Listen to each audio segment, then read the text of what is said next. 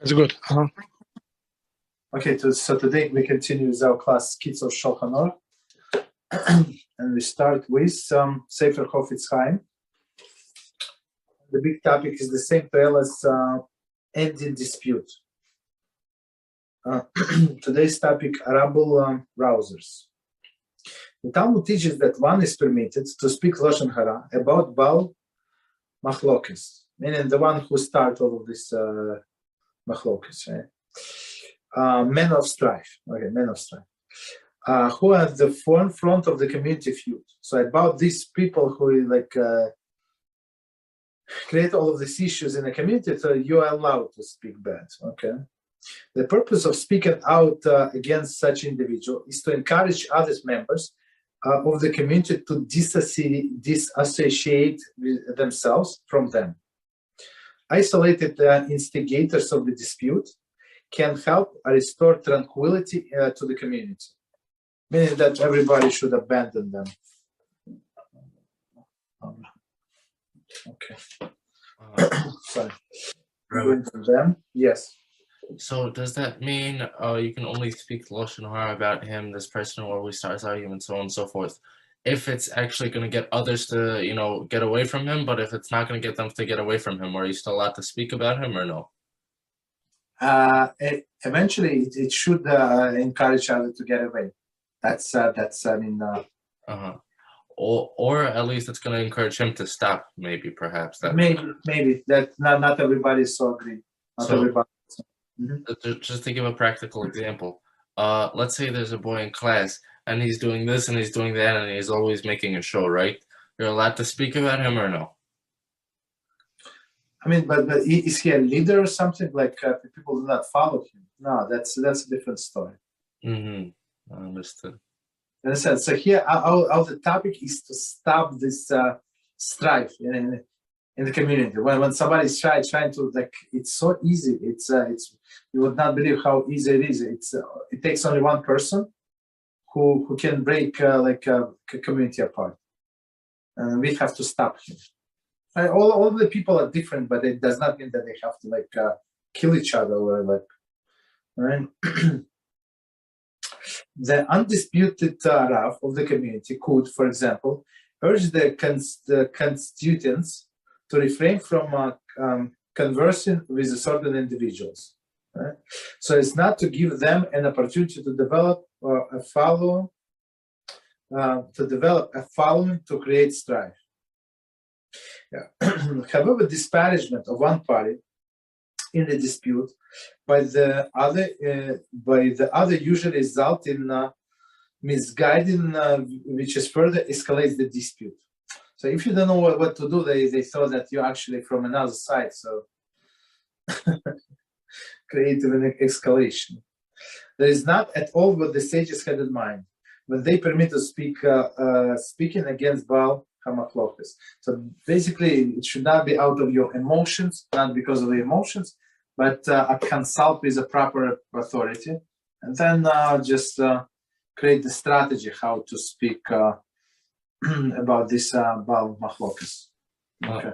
Rabbi, I was thinking, in such a case, what do you do about someone, or let's say there's a person, right? Rabbi Reuven, let's say he comes into a new community, everybody doesn't like he's giving mussar. So he's going to be seen as that guy starting up all these arguments, so on and so forth, and they're going to say they're allowed to speak Lashon Hara about him. So what does Rabbi Reuven do in this case to get them to stop speaking Lashon Hara? I guess it's not about stopping him. So let him continue, let him dig his own grave. And other people, it's actually bad publicity. It's not always negative, just so you know. So other people say, "Oh, Rabbi Reuven, okay, let's go check him out. Let's see what else he says." And they log into his website. Oh, after all, he's not so bad. So don't be so judgmental about the bad publicity. All right. So very nice. We continue with the Siman 23, and we have very interesting topic, which is laws regarding reading from the Sefer Torah. Okay. So we're in the middle of the person who is called Oleh. Oleh is the person who is being called to to the Sefer Torah to get an Aliyah. Aliyah is because he's going up the bima, to the bima. Okay, so continue. Sif number 6. If somebody is following, I'm on page 252. Number 6. While Oleh recite Borchu, the congregation respond with Baruch Shem Kvot L'Olam Va'ed. Hashem Chamorach L'Olam Va'ed. The entire congregation must stand. However, while the Oleh recite the blessing Asher Bo Charbonu, and likewise during the Torah reading, and during the concluding blessing of the Oleh, there is no obligation for a congregation to stand. Okay, so let's start here.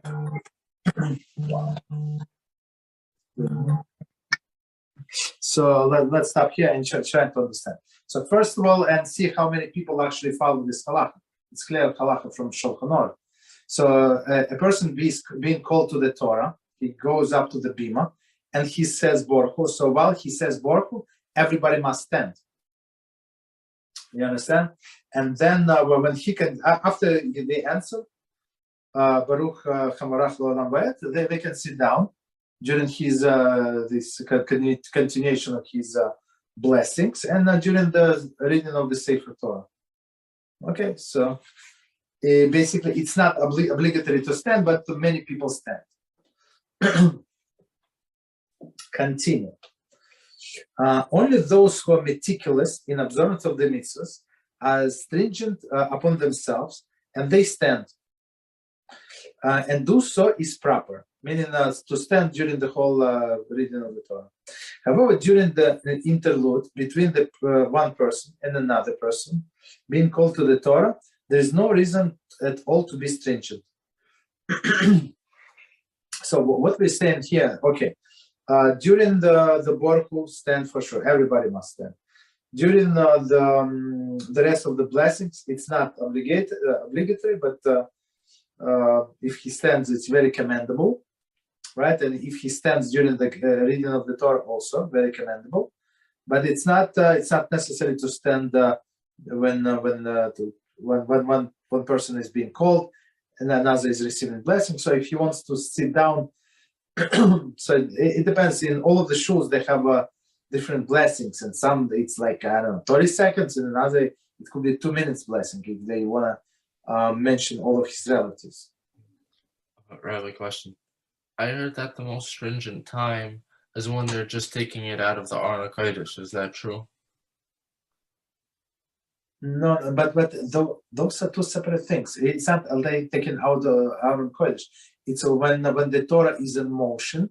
We didn't get it, or we did. I don't know. So when Torah is traveling, they call it traveling. Then you must stand.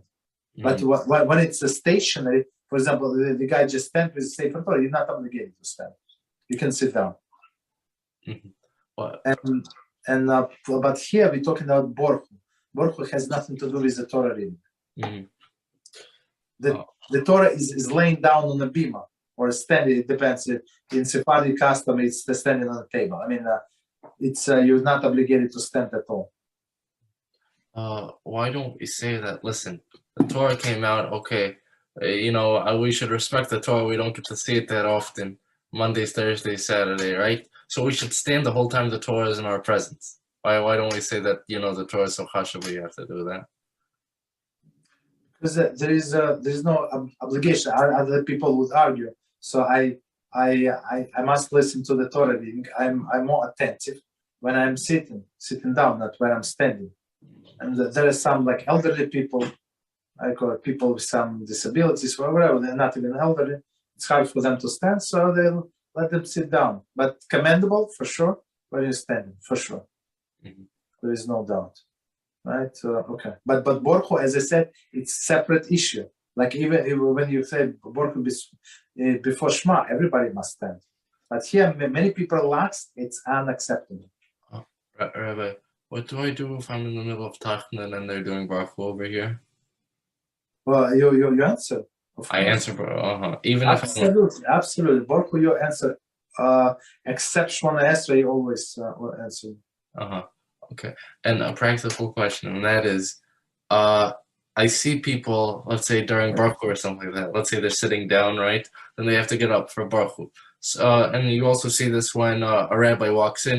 They half stand up. They get like 3 inches out of their seat, and then bow their head or something like that, and then say Borchu or whatever. Is that allowed or no? I don't know. Okay. It's proper not to do it. All right. So continue. So okay. I don't want to comment because I know many people do that. So it's Shulchan Aruch said different. So we don't learn, as you said many times, we don't learn what people do. We learn from the books. And books say all of them in unison say like different, opposite. You must stand. Halacha number 7. If the reader himself is Oleh, so it's possible they give Aliyah to Baal Korei. There is no problem, right? It is necessary that another person must stand near him. Okay. For just as the Torah was given through the intermediary, Moshe, our teacher, may peace be upon him. So must we conduct ourselves while reading it through the intermediary. So what does it mean? Let's say. So basically the proper way when this Baal Korei is reading Torah, you need the 2 people. One is on the left, one is on the right. So that's how you show that respect to the Torah. As we said yesterday, not yesterday, last time, whenever last time was it. So another person who just finished reading the Oleh before, he should stand on the right of the Torah until this person that was called after him finish his blessings, and they call another person. Then only this person can leave, basically. So let's read the commentary and explain. The reader represents God, no more no less, right? This Baal Korei, given the Torah. And the person standing alongside him represents Moshe. Interesting. When a person other than the reader is Oleh,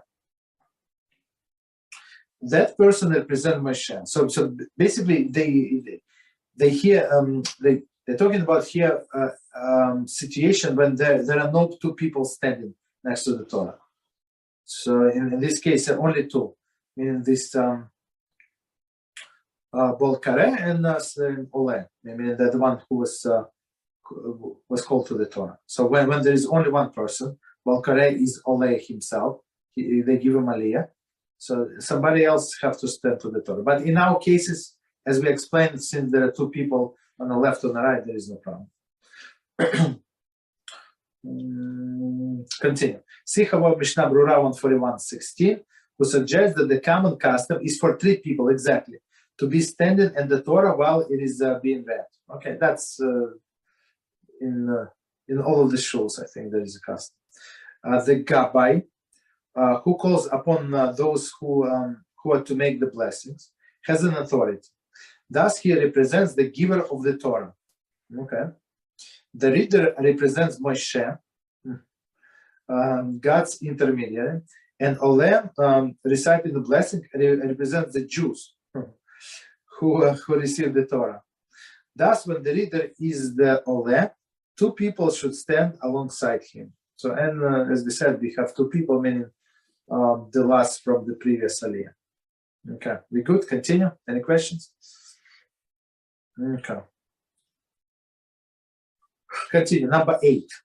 Once the reader has begun to read from the Sefer Torah, the entire congregation is forbidden to speak, even about the Torah topics. And this is so even during the interlude between one man is called up to the next man is called up. So that's where when the whole all the conversations start between the Aliyahs. It's very annoying and very disgusting. Okay, so from the beginning, this commentaries.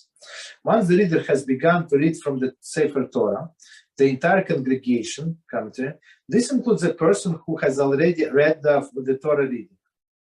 Let's see, Shulchan Aruch, Mishnah Brura. Okay, so for example, this person already had the mitzvah. So, for example, he went to the early minyan, and he already heard the whole Sefer Torah reading from the beginning to the end. So he is also included in people that must be quiet. Okay, so one more time, the entire congregation is forbidden to speak. Commentary, Mishnah Berurah 146:4. Rules that it is forbidden to converse from the time the Sefer Torah is opened, even before the reading has begun. Okay, so even at earlier time. So continue with Shulchan Aruch, even about Torah topics. Commentary. However, regarding the study of the Torah, without conversation, in the interlude between the Aliyahs, and during the Torah reading itself, see Mishnah Berurah. So basically, I think he would say that it is allowed. So if he would just want to read by himself, while they give blessing to one guy and next guy is coming to the bima, so I'm not sure what is it, maybe 1 minute, 2 minutes, so he can learn basically. So okay, so it's forbidden to speak even the Torah topics. Continue, and this is so even during the interlude between the one man is called up to the up, and the next man is called up.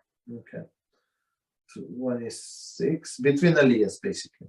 So I mean, one is finished, they give him blessing, and they call another one. So even then, it is forbidden to speak. Furthermore, it is forbidden to leave the synagogue during the time they are reading from the Torah.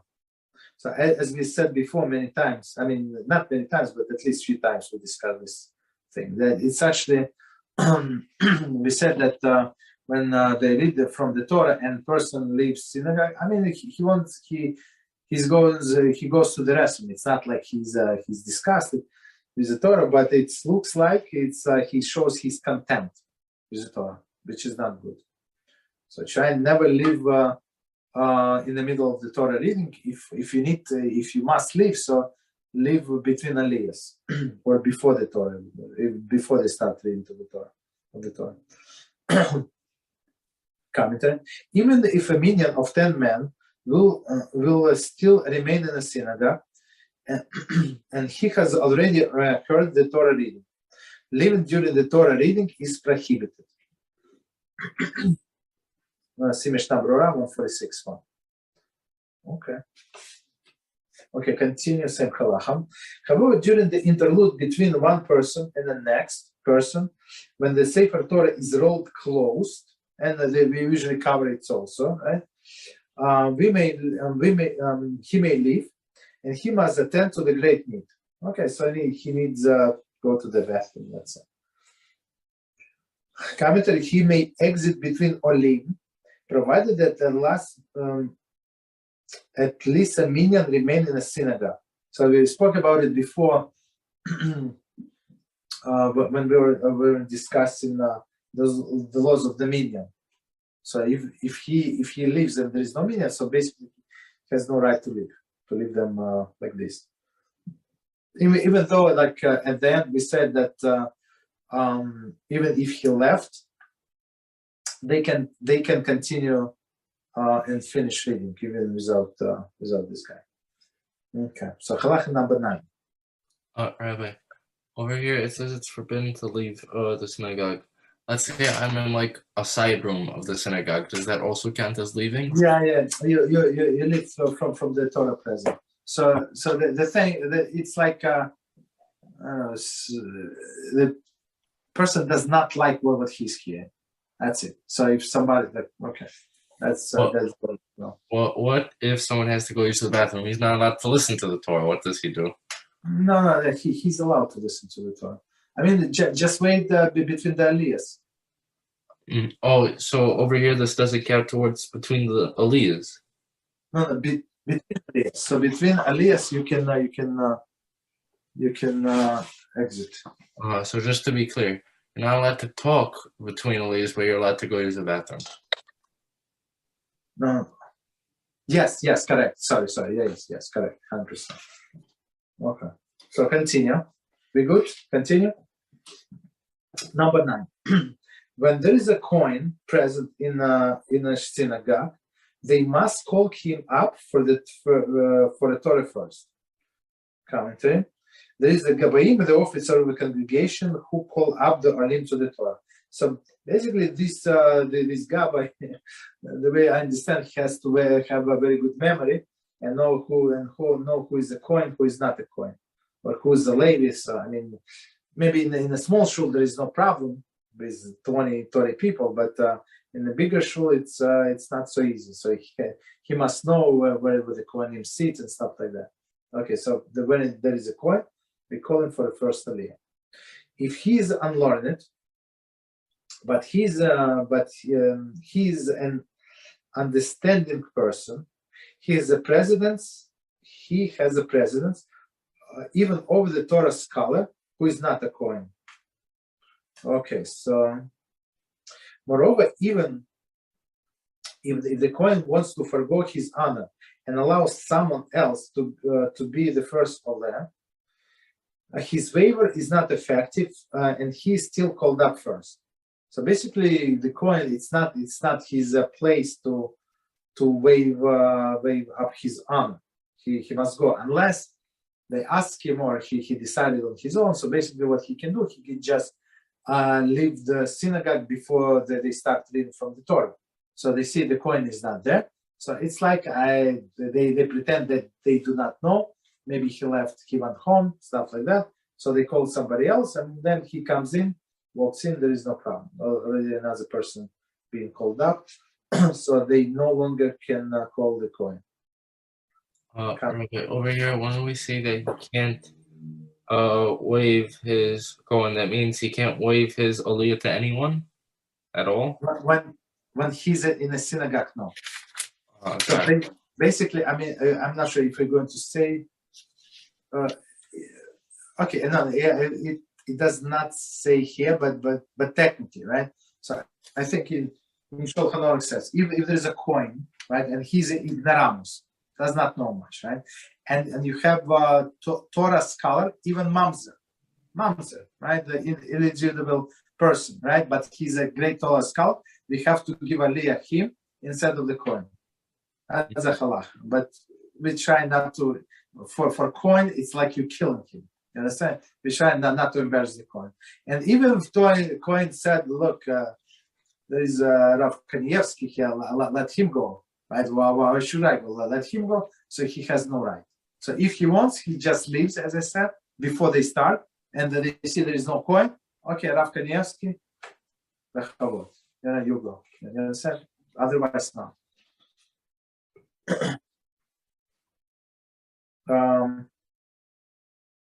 So we can count it. Although the status of the Torah scholar is greater than that of the Kohen, always, right? The Torah scholar. The sages instituted that the Kohen be given precedence during the Torah reading to avoid discord over who is the greatest Torah scholar. So, I mean, for the first Aliyah. So, I mean, a very interesting explanation, right? So, there are two Torah scholars, so who is going to go first? Right? So, you guess what? Who goes first? Kohen goes first, right? So, 1 second. To be expressed during the Torah reading, to what discover discord over who is a greater Torah scholar as the Torah is read in the public settings. Okay, Mishnah Brura 135.9. Okay. For this reason, they did not allow the Kohen to forego the honor of being first. So basically, right, so it's for a peace purpose. It's not because of the Kohen, even the way I understood it is because of the honor of the Kohen also, but not to have a feud between these Torah scholars. However, a Kohen who is a scholar takes precedence over the unlearned Kohen. So that's so you don't have to alternate. There are two Kohens, Kohanim, and one of these Torah scholar. So you must call this Torah scholar basically. So I mean that's what it is. Our sages say in the Talmud, give wisdom to the wise. So the question is asked, why you give wisdom to the wise? Because wise people would know what to do with the wisdom, and fools would not know. So this Kohen, who is a Torah scholar, he knows what to do with the wisdom. So call him to the Torah, make him happy. But that ignoramus, Kohen ignoramus, what does he know? Right? Continue. And after the Kohen, they call a Levi to the Torah. If there is no Levi present, they call upon the Kohen who has already ascended. That is the first Oleh in a Levi's place. Okay. So basically, if there is a Levi, so after Kohen they call a Levi. If there is no Levi, they can call only the same Kohen. So the same Kohen who is there, they call him for a second Aliyah of the Levi. Let's see the commentary. Calling upon Israel, right, would imply either that the first Oleh was not really a Kohen, casting down of his lineage of the Kohen, or that the second Oleh is a Levi. Calling up another Kohen might also cast doubt on the lineage of the first Oleh by implying that he does not qualify for the honor that being extended to a Kohen. The best option is therefore to call upon the first Oleh. Again, see Shulchan Aruch 135.8, Mishnah Berurah 28. So let's explain this situation. But I mean, whatever, 10 lines, a very short text, they explain it beautifully. Right? So we call this Kohen, the first Aliyah. So now we have to call Levi. There is no Levi. Simple case, there is no Levi. So the question is, why should we call this Kohen? I mean, let somebody else go up. They say there is a problem. Even the Kohanim, technically, they are from the tribe of Levi. You cannot call another Kohen instead of the Levi. Why? Because they would suspect that it was a problem with the original Kohen, right? Maybe he's not qualified to be a Kohen for whatever reason. We're going to discuss one day what will disqualify Kohen from being a Kohen, right?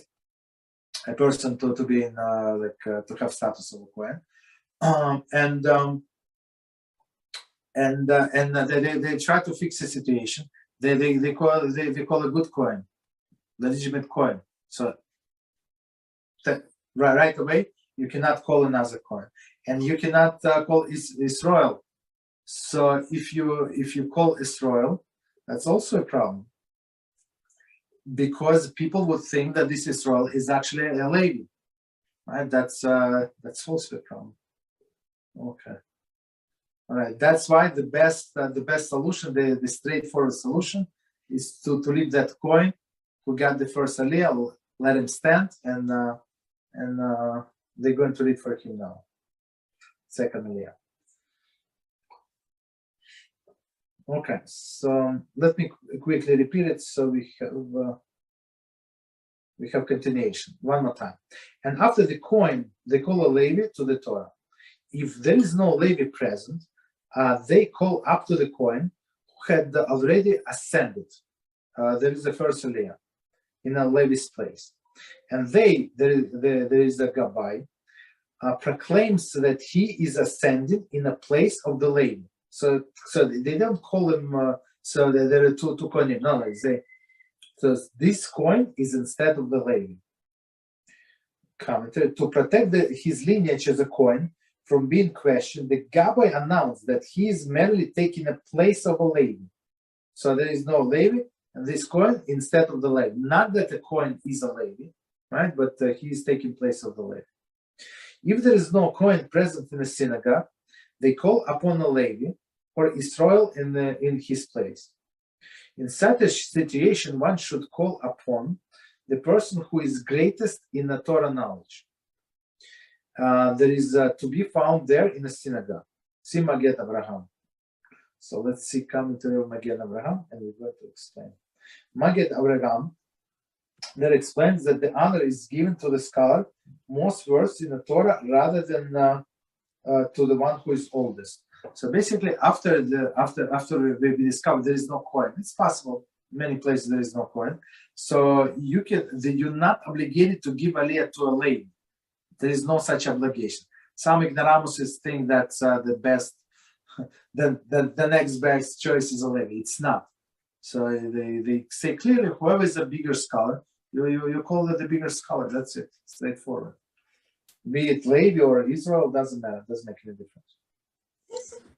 Mm-hmm. Question?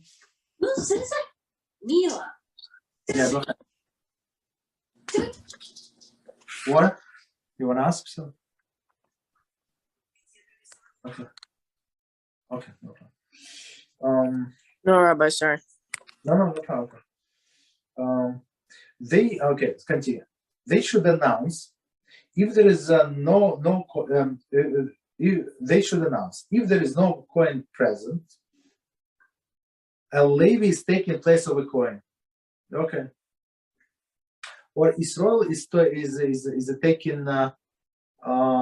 place of a Kohen. So I mean that they have to say it's not like we changing the halach. No, there is no Kohen, and we call Levi instead of the Kohen, or we call Israel instead of the Kohen. So they have to clarify what they're doing. So it's actually Aliyah of the Kohen, but we give it to somebody else. Commentary. To prevent anybody from being misled into thinking that the Levi or Israel is a Kohen. So we say there is no Kohen, and this person is being called instead. As he was first Oleh, the Rabbi announced that he is ascending in the place of a Kohen. Okay, which is straightforward. If they called Israel in the place of a Kohen, they should not call Levi after him. So that's a big one. That's a big one. Let's see the commentary, and we're going to explain. Although it wasn't announced that Israel is being called up instead of a Kohen, someone who did not hear the announcement might think that the first Oleh is a Kohen if Levi succeeded him.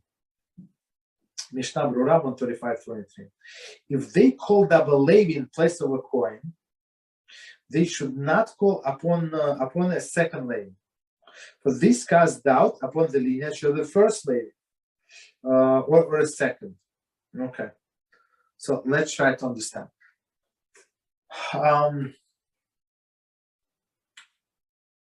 Just 1 second.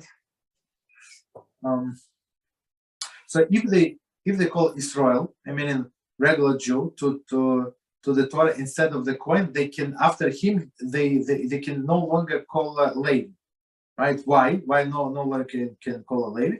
Because people might suspect that the first person was actually Kohen, right? And then after the Kohen they call Levi, so it's not allowed. Or after the Israel you cannot call Levi. No, I'm sorry. Or if they call Levi as the first Aliyah instead of the Kohen, so they cannot call a second Levi. What is the problem? That people might suspect there is problem with the first Levi or problem with the second Levi, meaning one of them is not Levi. That's the thing. Okay. The settlement in which all of the inhabitants are Kohanim or Leviim should make an inquiry of Rav about how to conduct themselves. So it's not so simple. I'm not sure what is the resolution here, but of course they must call 3 people. Actually, I learned. I don't remember that. And anyway, it does not happen too often. Okay.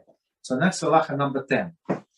If Kohen is in the middle of recite Kriyas Shema, or in the middle of the blessing of the Shema, and certainly if he is in the middle of praying Shmona Esrei, even if there is no other Kohen present, they should not call him to the Torah. And they are not required to wait for him to finish his prayers, as that would burden the congregation. Okay, I think it's a very interesting point. So we say what? That first of all, this Rabbi person has to pay very, very close attention what people are doing. So if somebody is still, he sees that somebody is, instead of holding the Chumash, right, during the Torah reading or before the Torah reading, he actually sits and holding Siddur, so you cannot call him, he's still praying, or he's standing. When somebody is standing Shmona Esrei, it's obvious. I mean, I've been called during my Shmona Esrei several times. I don't know what this Gabbai like smoking, I have no idea, right? Doesn't matter, but it's not proper to call, right? But if they call him, he must go. But let's see. Rather, they should call upon the Leib or Israel. Okay, let's say there is no Kohen. Kohen is praying, or somebody informed Gabbai the Kohen is praying, so just continue without Kohen. However, they should not say there is no Kohen present.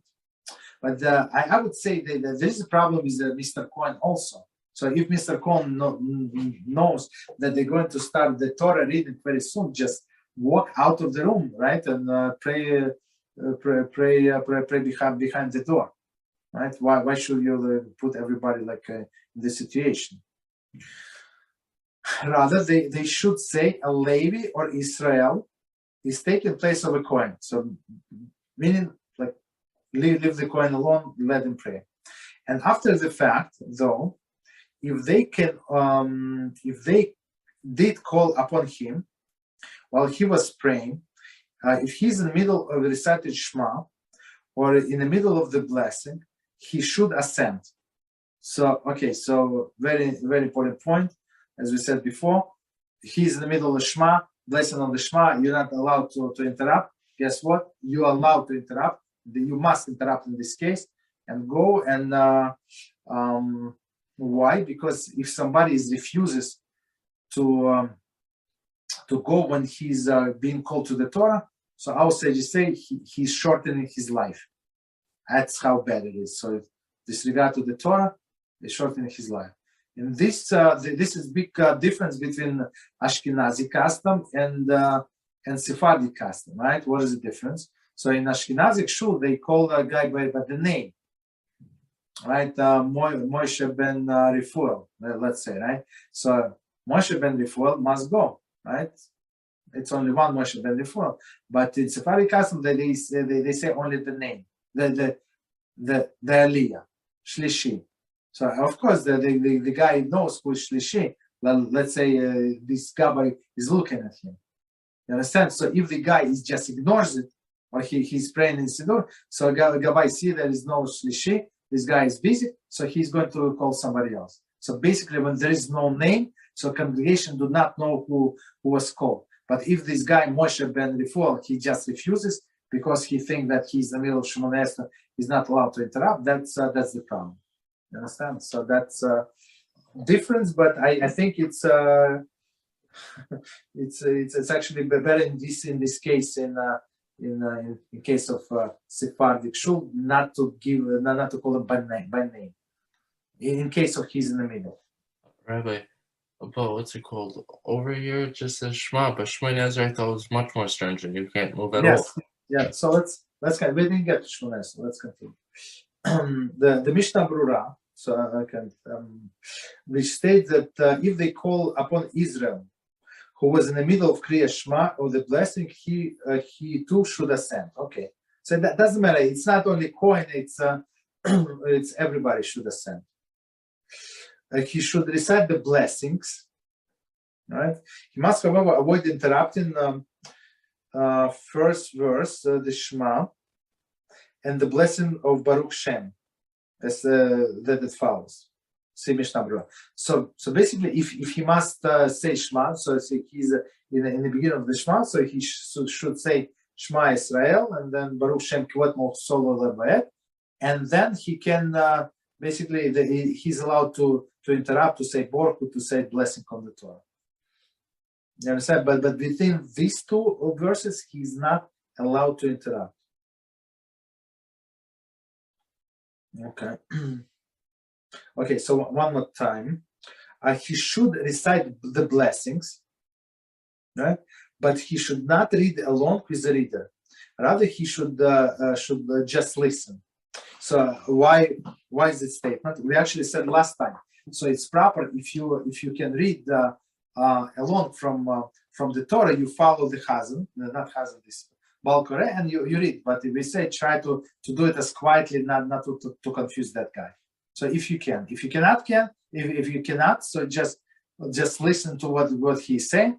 But in this case, when somebody is in the middle of the Aliyah, of the Shemona Esrei, so if the Shema or the blessing of the Shema, so they say, needless to say, just keep quiet, don't do like extra interruption, and listen what the Baal Korei is saying.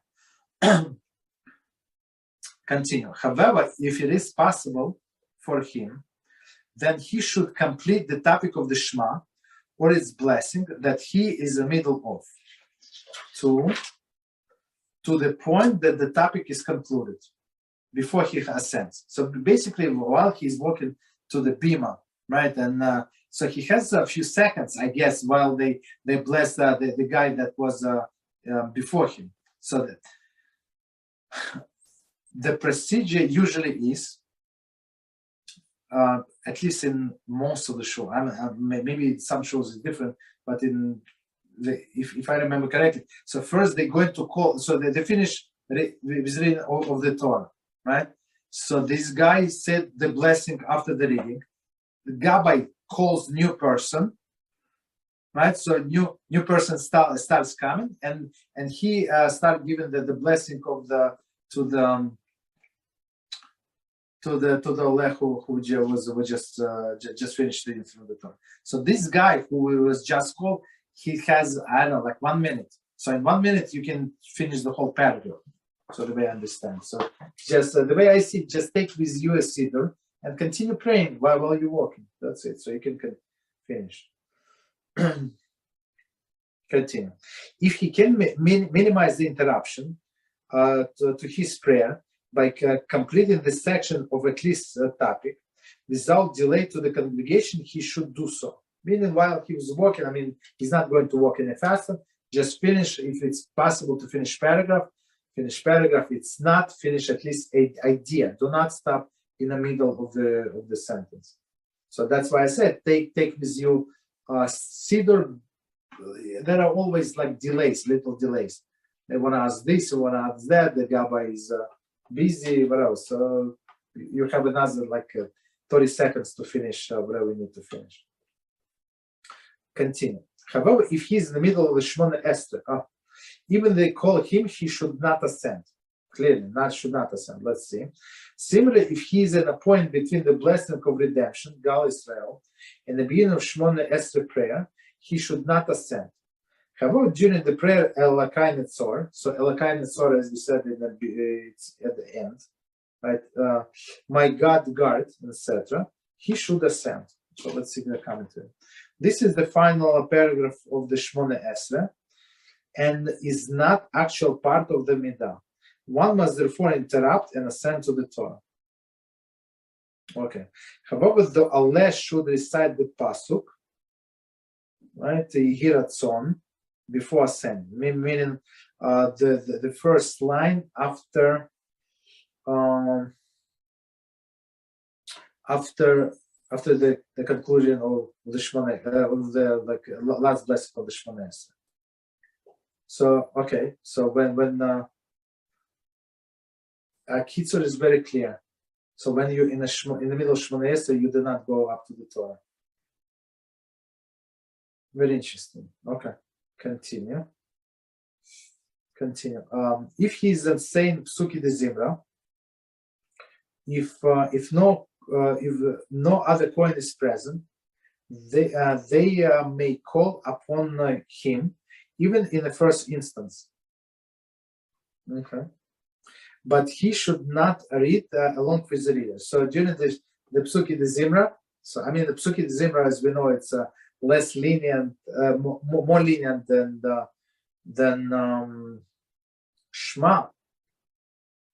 So they can call him, right? If he's saying the Psuki de Zimra, if there is no other point present, they may call upon him, even in the first instance. 42. Here too, he should attempt to complete section of prayer if he can do so without delaying the congregation. So basically here also, I mean, try to finish the paragraph. If you cannot, just do until the end of the thought, or until the period, at least, until the end of the sentence. It was 42. But he should not read with a reader. Again, so I mean, since it is interruption, in some ways, so do not read with a reader. However, if another Kohen is present, one should preferably not call upon him. So if we see that the first Kohen came, second Kohen came late, so let him daven, don't call. If you have another Kohen. Commentary. However, if they did call upon him, he should ascend. That's clear. This law applies to Levi as well. commentary. There is if only Levi in a synagogue reciting Psuki the Zimra, they should call upon him. If two Levis, of course, you call upon another Levi. Go ahead, question. Yeah, all these laws we're talking about right now, they only apply to a Kohen or maybe a Levi? No, all the people. Okay, got it.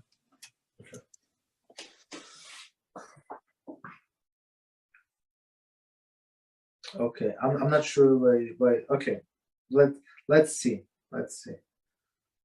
I think it's upon all of the people, but we'll see. Maybe there are some differences. Number 11.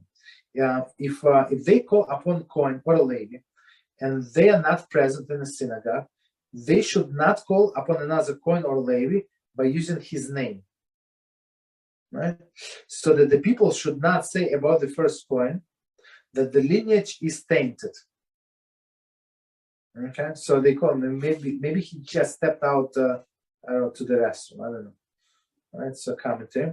By announcing the replacement of a Kohen or a Levi, one draws attention to the fact that the one called upon the first will not be the Oleh. This could imply that he is unfit to be called upon for an honor that is awarded based on a lineage casting doubt of his ancestry. Shulchan Aruch 135:11. So okay. So they call this Kohen, and he stepped out to the restroom, and there is another Kohen. So let other Kohen just come up without calling his name. So people, I don't think that people pay so much attention. They call somebody by name. Another person came up and he does a blessing, and that's it. Continue. Rather, they should tell the other Kohen or Levi, you are sent. Okay, so usually maybe point finger or like motion with the hands, you come, right? Without calling him by name. And he should ascend, meaning the second guy. By simply calling up the second Kohen without announcing his name, to avoid drawing attention to the fact that the Kohen called upon first was not to be Oleh. So as we said, not to embarrass the first Kohen and okay. However, one may call up by name son of a Kohen who was called up originally. Interesting. So son of the Kohen you can call. For doing so, no taint. For doing so, not taint the father's lineage. Very interesting. It's very, very interesting. It's logically, it's pure logic. So we said before, if Kohen, we call the Kohen, and he stepped out, and now he's not there, so we cannot call another Kohen because people might think there is a problem with lineage of that Kohen, of the first one. So, but when we call his son of the original Kohen, there is no problem. So if father has no problem, if son has no problem, so of course the father has no problem because the Kohanim are like the lineage goes by the father's side. Okay. Continue. For if the father's lineage was tainted, the son lineage would also be tainted, right? Which is like pure logic. Similarly, if the Kohen or Levi is unable to ascend because they in the middle of Shemona Esther prayer, as I said before, the Gabbai may call upon another Kohen or Levi by name. So in this case, by name. If everyone can see, that the reason he is not ascending to the Torah is only because he is not permitted to do so. Right? So, right. So he's not, he's in the middle of Shemona Esrei. If they call upon Israel, and he was not present, they may call upon another Israel even by name. So meaning that we don't suspect. Where do you go from Israel? That's it. Israel, right? That's what you know. For regard to Israel, there is no possibility of tainted lineage. Actually, maybe tainted in lineage. I just guessed that he's not a Jew, right? that feel rendered him unfit to receive Aliyah. And they say, okay, there is no tainted lineage, so he just simply stepped out, and that's all. Similarly, if they called upon the Kohen or a Levi, so but I think that's my personal understanding. Why this guy just make sure that he sees the guy and then call him? Why just call without looking around? Maybe he stepped out. Maybe he has I don't know, stomach ache. I don't know. Similarly, if they called upon Kohen or a Levi for the final Aliyah or a maftir on Shabbos or festival, and one of the other is not present, they may call upon another Kohen or Levi by name.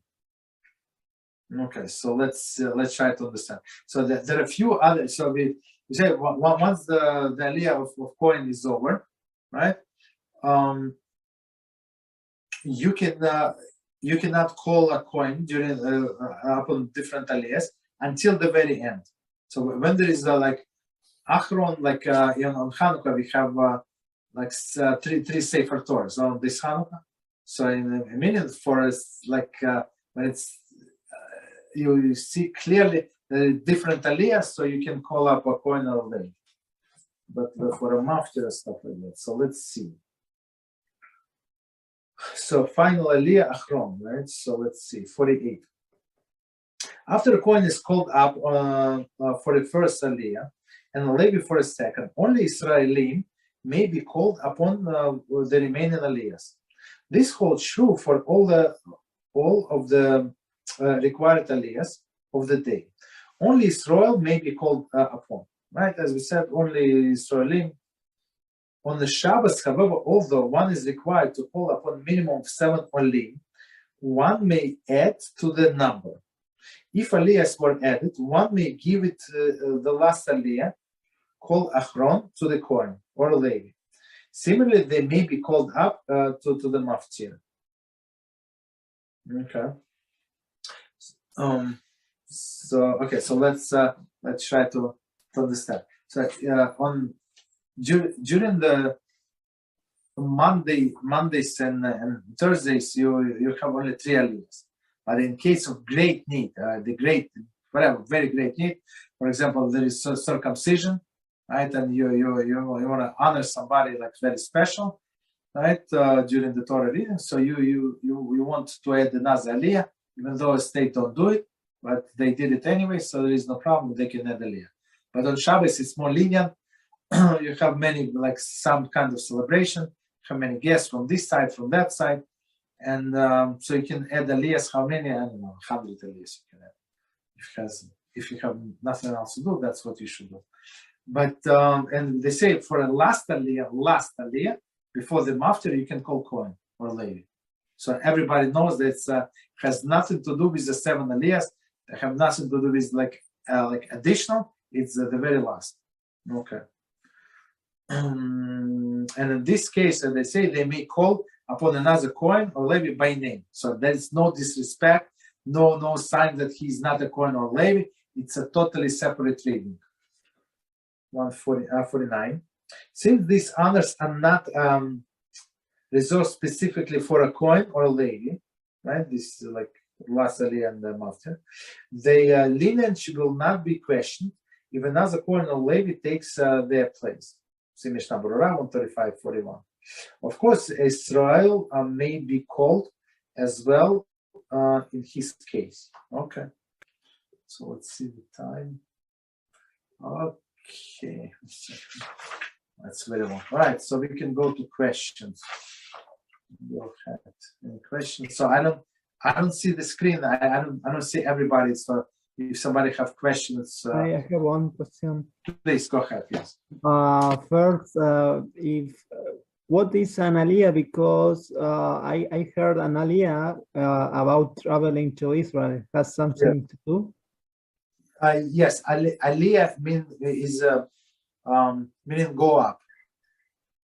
So when a person goes to Israel, he goes up to the callings. You understand? So it's one of the explanations. Another explanation, if you read the Chumash, so it says always from Egypt they went up to Israel. So it says that Israel is compared to all of the surrounding places, it's like higher land. So I mean, you have to go down. That doesn't matter where from which side you come to, for example, to Yerushalayim. You have to go down and then you have to go up. So you always go up when you go to Yerushalayim.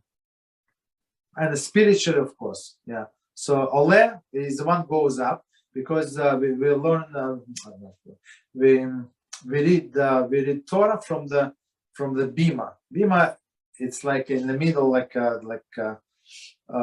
the middle of the shul. It's like a raised platform.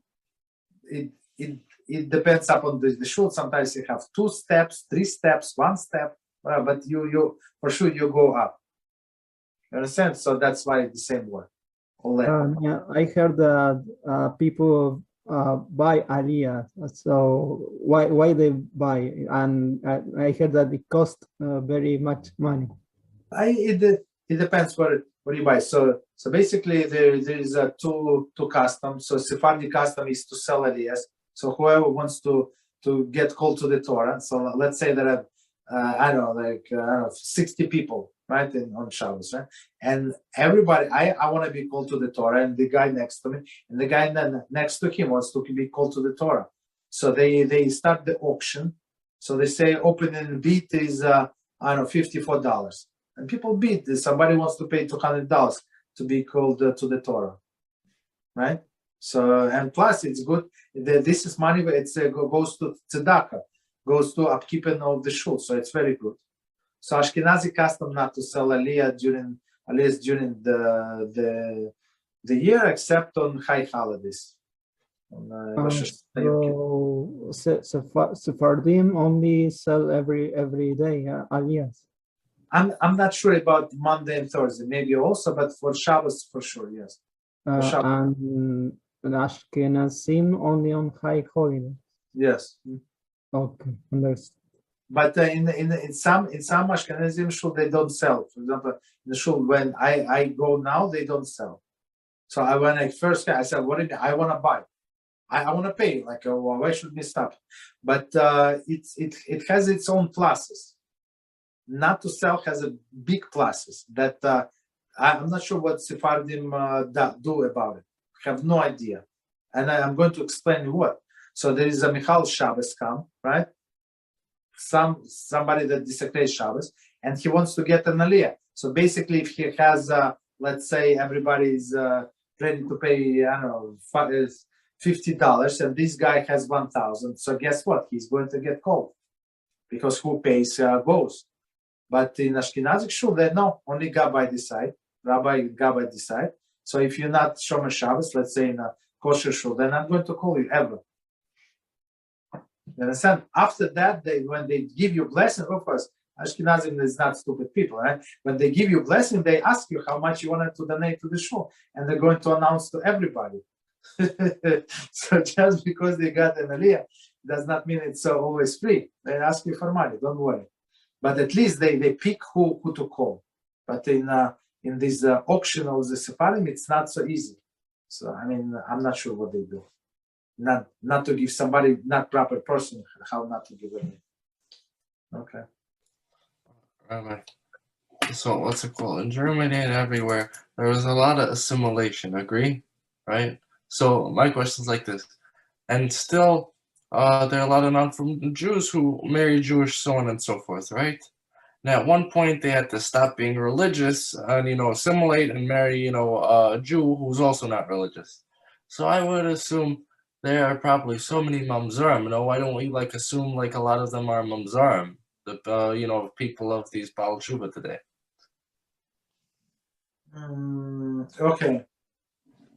Okay. So all right, that's amazing question. I'm trying to be as short as possible, but it's such an easy topic. So the David is asking, so how if two secular people got married, right, and then they got divorced, so and they did not get divorced according to the Jewish custom, right? The Jewish law is to get a get, special document, right, that is given to a wife, right, to this lady so she can remarry. So basically, if she did not get this get, she's still 100% married woman, and you cannot sever this bond unless between husband and wife, unless she's get the get. Okay, that's what he's asking. So basically, if she's going to get remarried to somebody, and as a Jew, there is no problem.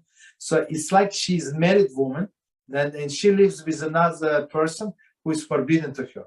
So when a Jewess has relations and has children with a person that is forbidden to her, so the product of this union is a mamzerim. So mamzer is a person who cannot marry anybody of Jewish descent, not allowed. So he or she can marry only another mamzer, right? Or they can marry convert, one of the two. But so basically, I would say, I don't know, 98% of the Jewish like potential matches out. All right, so that's the issue that David is asking. So the answer is very simple. The answer is very simple. There is no wedding to begin with. So in order to have wedding, you have to have a kosher chuppah, you have to have kosher rabbi, and 2 kosher witnesses. Kosher witnesses meaning 2 of them shomer Shabbos. So if there is not 2 shomer Shabbos witnesses, meaning there is no wedding to begin with. So if there is no wedding to begin with, there is no get. There is no need for a get. So meaning they just people who live together, right? Men and women who live together, even though they were prohibited from living together. So these children that they have, right? Children, they're not mamzerim, even though they're prohibited from living together since they're not married, right? But they these children are considered to be children out of marriage. And if they divorce, she married somebody else, it's like same. So they're not mamzerim. So mamzerim only if they have a kosher chuppah with witnesses, with everything was correct 100%. Then he said, "That's it. We out. We have to separate. I don't want to be religious. This religion thing does not work for me." As the one clown in the shul where I go, he said, "Let's do a little religion now." I want to smack him. Let's do a little religion now. The guy who speaks a lot, basically, the most. And so basically, what we're trying to say. So and this guy does not want to give her gets. That's it. And she's also a stubborn lady, and she wants to marry, right, without get. So these children, and so it was kosher chuppah. Now she's going to remarry. These children are mamzerim. So that's the case. I don't know if you know this, the case of this thing that happened in Arizona. I don't know if you heard about it. This Aminov guy, there is a Bukharian rabbi who got involved with these missionaries, so father and son, Christians, Catholics, right, or Lutheran, whatever they are. They pretend to be Jewish, they're not. So they missionary 100% for Yoshka. And they infiltrated, they kicked them out from different communities. They came to this Aminov guy in Arizona, and they become shochet. They started doing shkita, they started writing Sefer Torah, they started giving classes. They started performing giyurim and converting people. They did gets, crazy history. So basically, all of these gets that they did, since these people were not Jewish, they could not be witnesses. So these gets are null and void. So these women who got these gets from these people, Christians, basically they're still married to their previous husband. If they have new children with a new husband, these children are mamzerim 100%. So in this case, everybody know. In that community, everybody know who is a mamzer. It's very, very unfortunate situation. So my question was a little bit different, and that was because let's say communism came, right? Communism came, so we have a religious couple, and both of them decide to become not frum anymore, right? Okay, but they don't get a get, obviously, because communism, they don't care about gay, just government divorce, okay? So they're still married, but they want to break apart, and they still want to marry Jewish, right? They don't want religious, but they still want to marry Jewish. So this one finds someone, and this one finds someone, right? They're both married, and even though they're not religious, their kids become mamzerim now. So I'm saying... No, it's not. No, let's say. So, I mean, you introduce new ideas in original question. So let's go step by step. So first of all, as we said, you said that they were religious. We must investigate 100% if they had two kosher witnesses. Maybe not. Maybe one of them was not kosher. So if there is, let's say, if they let's say like the worst case scenario, two witnesses were kosher. I will play along, right? Let's say. So the problem only with her. The problem is not with him. Mm-hmm. He does not need a get to remarry. The get is for a woman for him. So men can, according to the Torah law, he can have more than one wife. So his children are never mamzerim. Mm-hmm. Understood. Only her children are mamzerim. Yeah. Mm-hmm. So basically, what I'm saying is, but before communism and all this, they were pretty frum. So I'm sure they had two witnesses. So I'm saying all the women who became not. That's okay. So in all of these cases now in Israel, like when all of these people start coming to Israel, so they trying to see if there were two from religious observance Shomer Shabbos witnesses. So that's the way out. If they found that someone was just was not from, like if there are proof, they bring witnesses that person was a clown, pretender. He was working on Shabbos. That's the biggest blessing, for this couple. So meaning there was no wedding to begin with. That's the thing. That's the way out.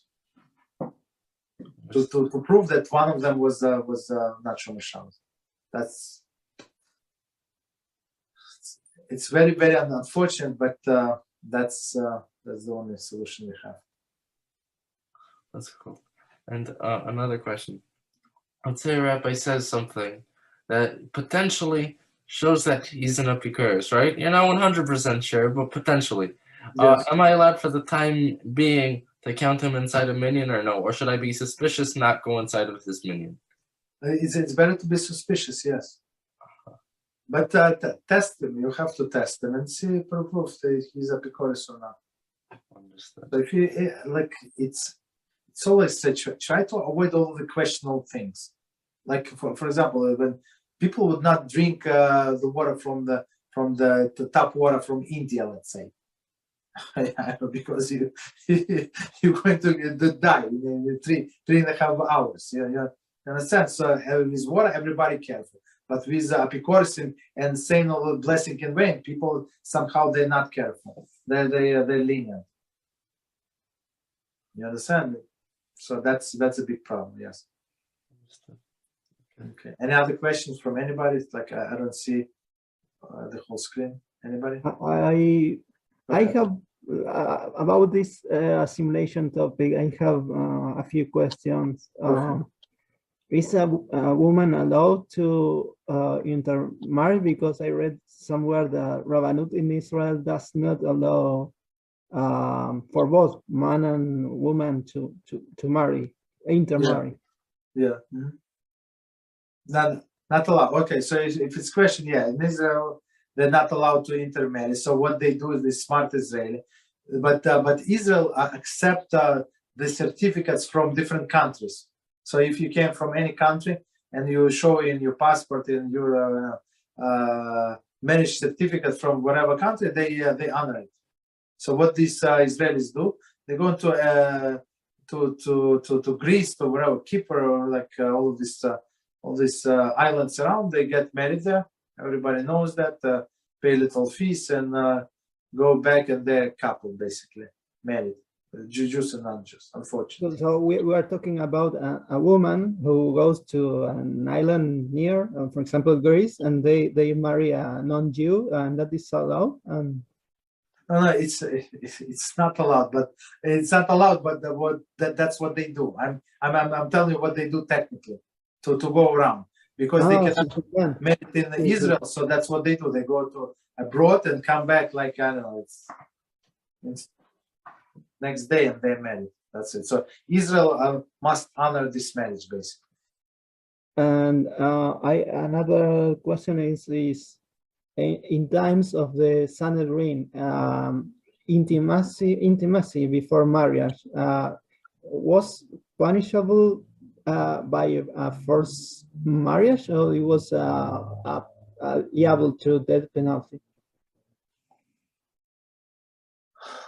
I didn't get your question. Why would, I mean, okay, so ask your question again, because there is some details. Okay, we are in the times of Sanhedrin, we suppose, and there is intimacy between two Jews before marriage. And okay, what would be the punishment, or it would be simple forced marriage for them?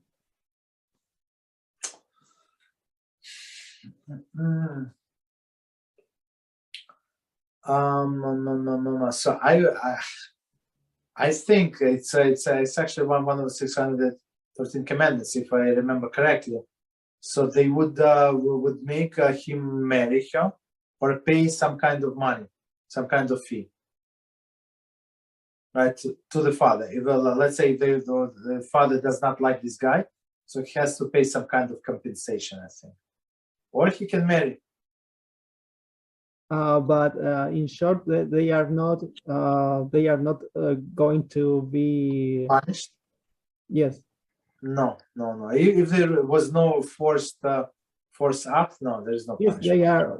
In this hypothetical case, they both are Jew, and they are consenting each other to marry, but they decided that they cannot hold, and they have intimacy before the marriage. So let me explain how it works. So the chuppah, the Jewish wedding is I think we did discuss, but I just repeat for people who did not hear this.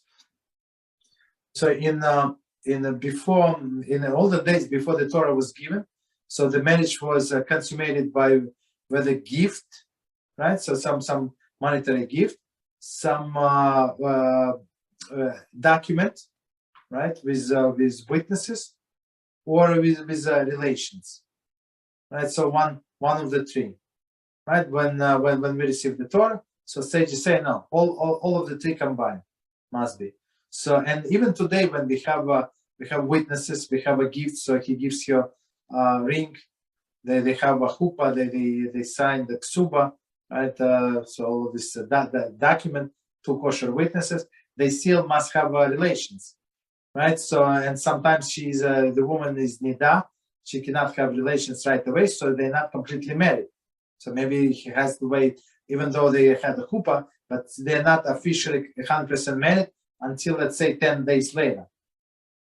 You understand? So because they didn't have intimacy. But in this case, whatever you say, they already had intimacy. So the most, not the most. So let's say the most important part is done.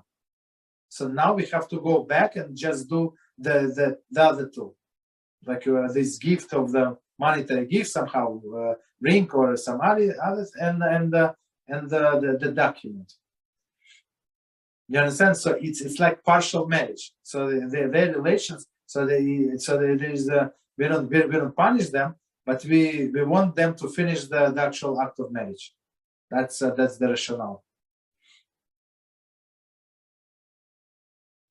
Okay, thank you. Okay. Any other questions from anybody?